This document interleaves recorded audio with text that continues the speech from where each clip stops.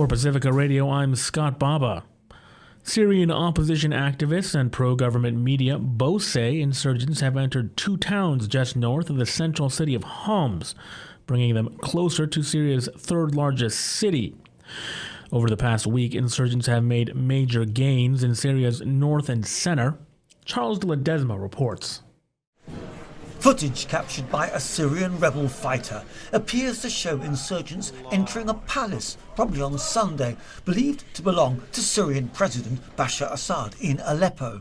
The insurgents entered two central towns early Friday, just north of the central city of Homs, bringing them closer to Syria's third largest city. An opposition war monitor and pro-government media both reported the break into Rastan and Tel Bisa comes a day after opposition government captured the central city of Hama, Syria's fourth largest, after the Syrian army said it withdrew to avoid fighting inside the city and spare the lives of civilians. The city of Homs, parts of which were controlled by insurgents until 2014, is a major intersection point for the capital, Damascus. Insurgents are now about 3 miles away from Homs, according to the Britain-based Syrian Observatory for Human Rights, an opposition war monitor. I'm Charles de Ledesma.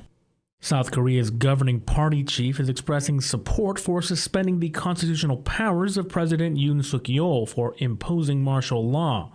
It's a bombshell reversal that makes Yoon's impeachment much more likely. Laura Westbrook reports. Speaking after an emergency party meeting, leader of the People Power Party, Han Dong-hoon, said his party had received credible evidence that Yoon Suk-yeol had ordered the arrest of key politicians on the grounds they were among those anti-state forces during the martial law. He warned that Yoon posed a great danger to the country. His comments are a departure from his earlier stand that his party would block the opposition's impeachment motion, which is set to be voted on Saturday. Laura Westbrook, Hong Kong. A top Romanian court has annulled the first round of the country's presidential election days after declassified intelligence alleged Russia ran a coordinated online campaign to promote the far-right outsider candidate who won the first round.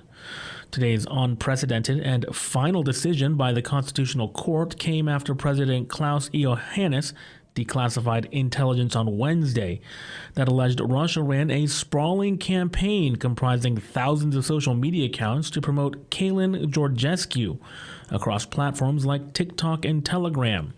This despite being a huge outsider who declared zero campaign spending.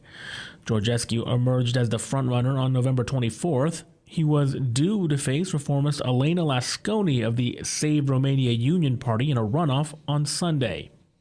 President-elect Donald Trump is naming former U.S. Senator David Perdue of Georgia to be his ambassador to China. Trump says that as a former CEO, Perdue will bring, quote, valuable expertise to the U.S. relationship with China. Perdue pushed Trump's debunked lies about electoral fraud during his failed bid for Georgia governor. Economic tensions are sure to be a big part of the U.S.-China picture for the new administration. Trump has threatened to impose sweeping new tariffs on Mexico, Canada, and China as soon as he takes office, as part of his effort to crack down on illegal immigration and drugs. President Joe Biden is weighing whether to issue sweeping pardons for officials and allies who the White House fears could be unjustly targeted by President-elect Donald Trump's administration. The preemptive move would be a novel and risky use of the president's extraordinary constitutional power. The deliberations so far are largely at the level of White House lawyers. But according to two people familiar with the matter, Biden himself has discussed the topic with some senior aides. The two people spoke on condition of anonymity to discuss the sensitive subject. They said no decisions have been made and it is possible Biden opts to do nothing at all. Meanwhile, calls are growing for Biden to use his clemency powers to correct historic injustices, such as the incarceration of Leonard Peltier. Catherine Carley reports.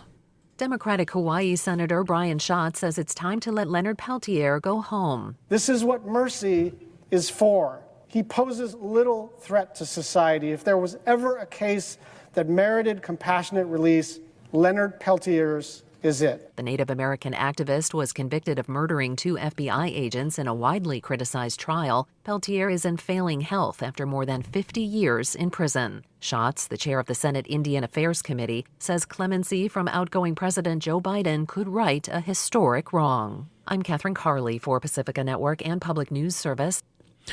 I'm Scott Baba for Pacifica Radio.